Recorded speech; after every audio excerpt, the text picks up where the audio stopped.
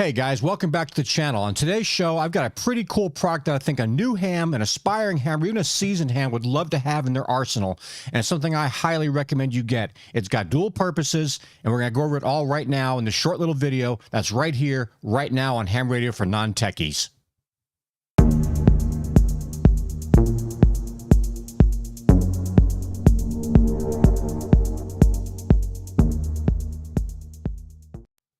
Hey guys, welcome back to Ham Radio for Non-Techies. My name is Scott. My call sign is KI5NPL, and I run the Ham Radio for Non-Techies channel, as well as the Ham Radio for Non-Techies.com website, your number one source for all things ham radio.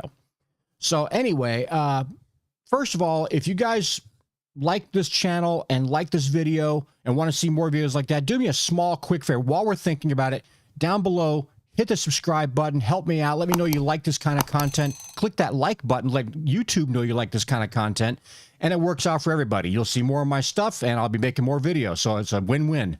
If you guys have not joined my Patreon and want to further support the channel, allow me to get the stuff I need to make the videos that I make and get the supplies I need to make those videos, join the Patreon. For as little as $3 a month, you become a patron, and that helps out the channel immensely. Or you can just leave me a little tip down below if you want to do so. Anywho, getting that behind us now. I got this really cool thing in the mail a couple days ago, and I really want to go over it with you real quick. So what it is, it's a mouse pad with all kinds of ham radio references on the pad itself. So there's the pad. Let's go take a closer look at it by going to my desktop, because I can't hold that up and talk into the mic at the same time. Okay, so if you look at the pad, first of all, let me just say something about the mouse pad. Let me go back to my other camera here. Sorry about that. Let me keep flipping by. You'll notice on here, most mouse pads don't have a piping of stitches around them, so they tend to fray and get all nasty. This actually has a really nice heavy-duty piping or stitching around the entire mat to make it really, really sturdy. The idea of this is you could have this in your ham shack, or you could use it out if you're doing POTA, things like that, where you're setting up, want to have an additional little space to have your, maybe run a mouse if you bring out your laptop with you, or just have a quick reference guide. What's cool about this, and this is why I think every new ham or aspiring ham should have one of these, because when you first get in a ham radio, you're thinking about getting in a ham radio, there's a lot of information out there you have to know about. There's a lot of stuff you need to remember and memorize and this and that. It becomes very monotonous, and a lot of people, unfortunately, get overwhelmed. I answer questions about this all the time. People are like, I'm so glad I found your channel. This stuff is so confusing. Don't let it be confusing. Find the easy ways of making it work for you, and I think this is one of those times. So, what this thing covers, the very top square up here, covers your U.S. amateur radio band. So you get basically your band plan that's in pretty much every book that the ARRL puts out. And it gives you an idea of what the different bands are, what the privileges are, and who gets to use what. The second section here is the phonetic alphabet, also the DX phonetics and DX alternatives.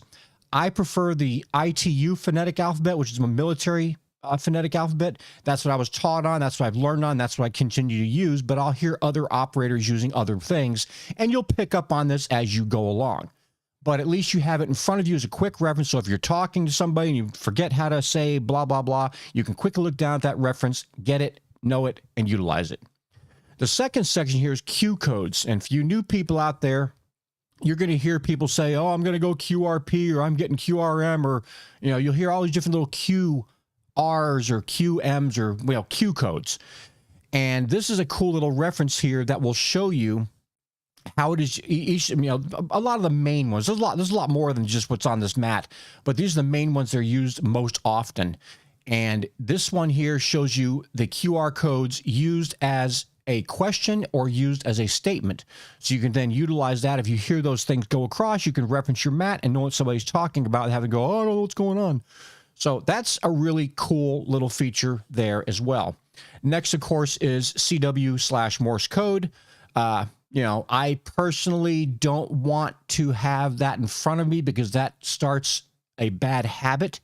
But if you needed to know just a quick reference what a specific letter or number or character was, it's kind of cool to have that right there in case you just have a brain fart and you just don't remember something. Going down the list here is the RST system, your readability, strength, and tone system. You hear people, if you watch me on doing my Parks on the Air stuff, or anytime I'm doing anything, I'm giving somebody an RST report. So I'll say you're 5'9", you're 5'9" in a Texas, 5'9" in Texas. What that means is your readability shows how well you're hearing the person and the strength in which you're hearing them. So on my radio, I tend to look at my SWR, or not my SWR meter, I guess it is the SWR meter. I look at the meter on my radio, and that when somebody's speaking to me, that little dial goes up and down, and when it stops at a certain point, I notate that number, and I listen to how well I am hearing the person talking to me through the speaker on my radio. So that gives me an idea of what to give them back as a reading for how this QSO is going. QSO meaning contact. So that's really cool to have this. And, this is something you're going to reference. You're going to pretty much pick that up, probably the easiest of anything out there. You're just going to know. If somebody's coming in really scratchy and your thing says they're coming in like a 2, you probably give them like a 2-2. I can kind of hear what you're saying, but it's not coming in real strong, not a real strong signal. And that's what this is basically for. So that's really cool to have a reference to that as well. The last 2 boxes on here are common VHF, UHF calling frequencies, and then common HF calling frequencies. And those are real nice to have it as a simple reference of where people kind of are going to be. Now, if you're doing Parks on the Air, of course, you want to find a clear frequency. But if you're looking to just talk to somebody or maybe join a net, this will be a good reference to let you know where people most likely will be found hanging out and doing radio stuff. So that's pretty much it. But the company putting this out is Quirky QRP. And I'm going to have a link down below for their website. They're on Etsy. And you can go into Quirky QRP's website here. And do me a favor, guys. Let's help support. This guy is a fellow ham. He's got his own little business, makes all these cool little things. Let's help this guy out. Let's do me a little favor. Let's see if we can make him sell out of these awesome little reference mouse pads. They're not that expensive. You're looking at $35 for one of these things. They're very well made. They're going to be very sturdy. They're going to last a long time. You can roll them up, stick them in your pack and go, or keep it out on your desk and utilize it every time you're operating your radio. But he's got a lot of stuff on his site here that you can just go through. Like I said, I'll have the link down below. And just kind of find some stuff you might like. Christmas is coming up, and it might be a good time to jump in and grab a couple gifts for yourself or gifts for another ham that's in your life that you really like. Ladies, guys like this kind of stuff. So, just go have a quick look at it and see if you can find something you like. But I will have the link down there. Definitely help support this guy, Hams Helping Hams, and we'll just keep rocking and rolling. So that's pretty much all I had. I just wanted to quickly review this mouse pad. Like I said, it's very well made, very sturdy. I'm planning on having this thing for many years to come, and it's going to become part of my POTA pack now. So if I'm out doing Parks on the Air and stuff like that, I will definitely have this with me, and that will be just a staple in my gear. Anywho, guys, if you like the video, once again, please consider subscribing, clicking on the little bell, and be notified when I do new videos. And if you like this video in particular, please give me a thumbs up. And as always, comment down below. I answer all my comments every day. If you have other questions, go to hamradiofornontechies.com. I'll put the website up here. hamradiofornontechies.com. You go into the contact section. You can call. You can fill it out. Ask me questions. I do answer all my emails. If I don't have an answer for you, I will point you in the right direction of somebody who does. I'm not going to just give out information for the sake of giving it out.